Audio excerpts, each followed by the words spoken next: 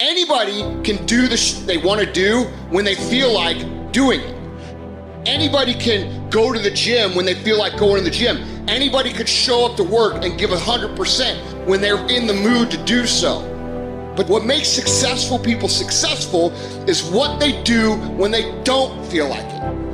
I see people writing on my page, oh, Andy, I'm motivated. Oh, I listen to your videos and I get hyped. That's great, and I'm glad that I can get you hyped for 5 minutes. But what do you do after the 5 minutes is over? What do you do after you walk out of the seminar that you paid $1,000 to go to? What do you do when you wake up the next day? What do you do when you have to either do what it is you know you're supposed to do without somebody there to supervise you, or you get to take the play off because no one's going to know the difference? Those are the things that make up success. That's discipline. The practicing, the developing the discipline that when applied consistently can get you to the next level. If you look at the true warriors of humanity, you look at the true empire builders, you look at the true titans who are constructing a better world, they're less about pleasure seeking because they understand that if you want to have a great life, a soaring life, look at what most people do and do the opposite. Growth comes through discomfort. You look at a great athlete, it's the way they show up in the championship game is simply how they showed up in the lonely light of the early hours at practice. To have the results, only 5% of the population have. You've got to be willing to do the things that only 5% of the population are willing to do.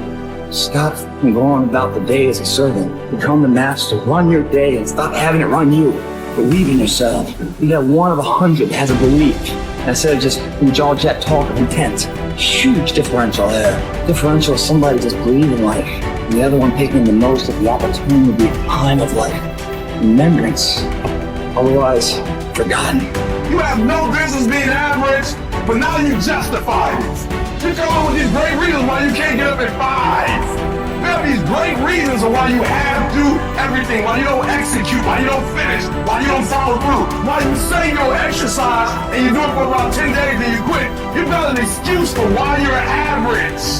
I guarantee you, if you were humble enough, if you were hungry enough, if you really wanted what you said, you'd sit down and you'd study what you do and you'd say, I can do this better.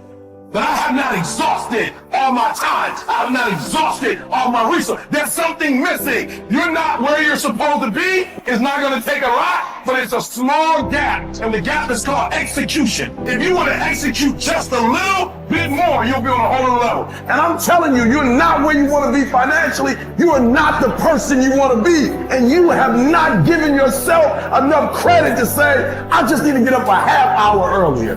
And my whole life will change. I just need to get up 1 hour earlier. I just need to work 1 hour longer. Doing things that matter take time. Doing things that are great take time. Doing things that are going to get you paid take time. And you can't get around it. You can't outwork time. You can't change it. You can't do anything about it.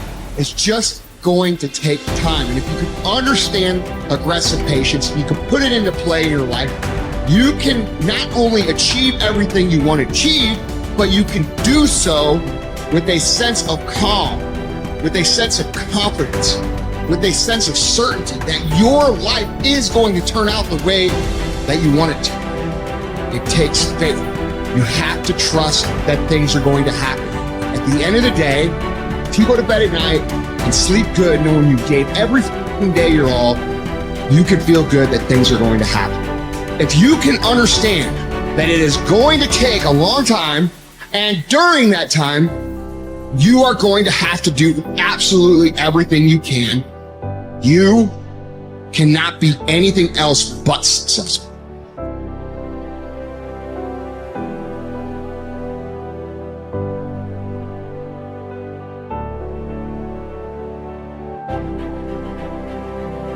You need structure, you need predictability, and you need more of it than you think, just to keep you sane.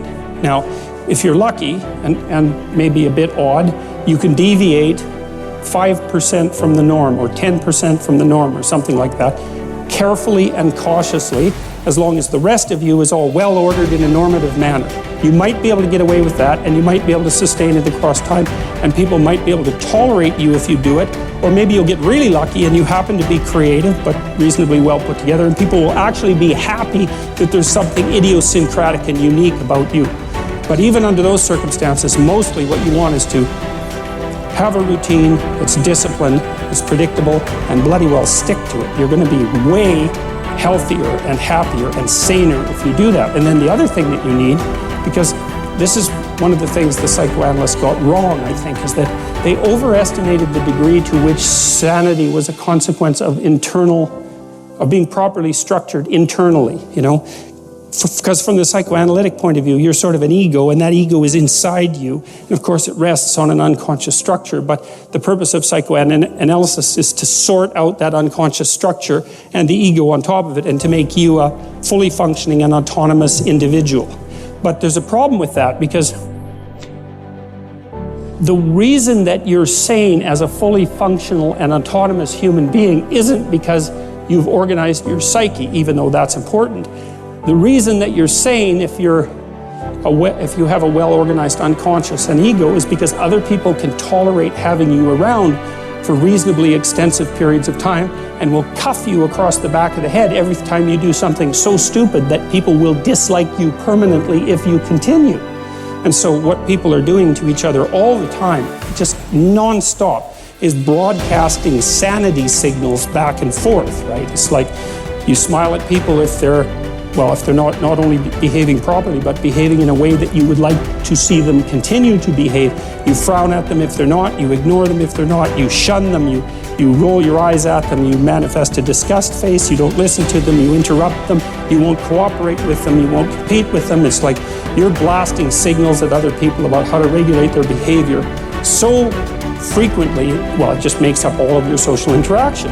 That's why we face each other, and we have emotional displays on our face, and we're looking at each other's eyes, and we know as much as we can about what's going on with each other, given that we don't have immediate access to the contents of their consciousness. And so partly what you're doing with your routine is establishing yourself as a credible, reliable, trustworthy, potentially interesting human being who isn't going to do anything too erratic at any moment.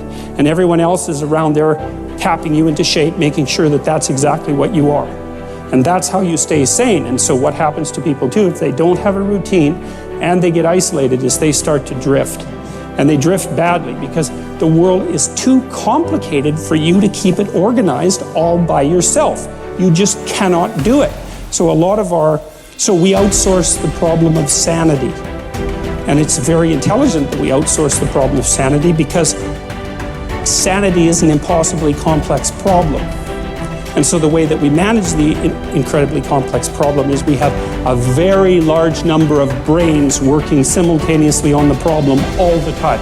It's like a stock market for sanity.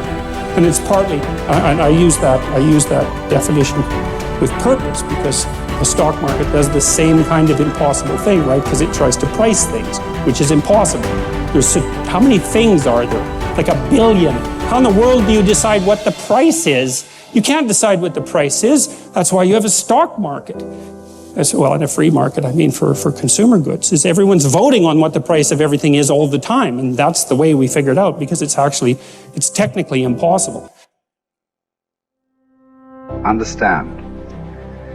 Your mind is weaker than your emotions, but you become aware of this weakness only in moments of adversity. Precisely the time when you need strength. What best equips you to cope with the heat of battle is neither more knowledge nor more intellect. What makes your mind stronger and more able to control your emotions is internal discipline and toughness. No one can teach you this skill. You cannot learn it by reading about it. Like any discipline, it can come only through practice, experience, even a little suffering. An active life serves the purpose of giving man the opportunity to realize values in creative work, while a passive life of enjoyment affords him the opportunity to obtain fulfillment in experiencing beauty, art, or nature. But there is also purpose in that life which is almost barren of both creation and enjoyment, and which admits of but one possibility of high moral behavior, namely in man's attitude to his existence, an existence restricted by external forces. A creative life and a life of enjoyment are banned to him. But not only creativeness and enjoyment are meaningful. If there is a meaning in life at all, then there must be a meaning in suffering. Suffering is an ineradicable part of life, even as fate and death. Without suffering and death, human life cannot be complete. As his mind becomes purer and his emotions come under control, his thoughts become clearer and his instincts truer. As he learns to live more and more in harmony with his higher self, his body's natural intuition becomes active of itself. The result is that false desires and unnatural instincts, which have been imposed upon it by others or by himself, will become weaker and fall away entirely in time. This may happen without any attempt to undergo an elaborate system of self-discipline on his part. Yet it will affect his way of living, his diet, his habits. False cravings, like the craving for smoking tobacco, will vanish of their own accord. False appetites, like the appetite for alcoholic liquor or flesh food, will likewise vanish. But the more deep-seated the desire, the longer it will take to uproot it, except in the case of some who will hear and answer a heroic call for an abrupt change. Persistence and variety. These are the two primary ways to develop great ideas or to solve important problems. Keep leaning your head against a topic for a long time. Certainly for weeks, possibly for years. And along the way, try many lines of attack. Continue to generate options, explore paths, and propose silly ideas. Copy and paste concepts from widely different disciplines and see if it gets you anywhere. All the while, continue to refine the best solution you've found thus far. What looks like genius may simply be the byproduct of persistence and variety. The tendency to avoid challenges is so omnipresent in human beings that it can properly be considered a characteristic of human nature. But calling it natural does not mean it is essential or beneficial or unchangeable behavior. It is also natural to defecate in our pants and never brush our teeth. Yet we teach ourselves to do the unnatural until the unnatural becomes itself second nature. Indeed, all self-discipline might be defined as teaching ourselves to do the unnatural. Another characteristic of human nature, perhaps the one that makes us most human, is our capacity to do the unnatural, to transcend and hence transform our own nature